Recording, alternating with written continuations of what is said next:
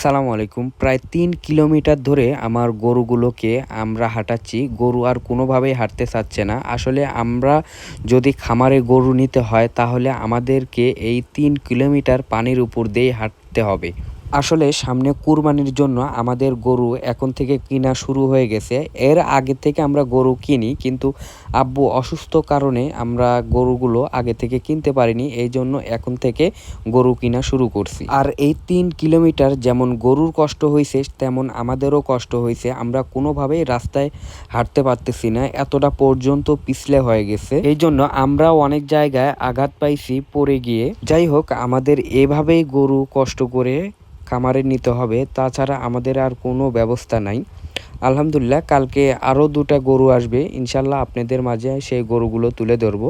আর এই ভিডিওটি রাতে করা হয়েছে, ইনশাল্লাহ দিনে এই গরুর সম্পূর্ণ তথ্য আপনাদের মাঝে আমি তুলে ধরবো।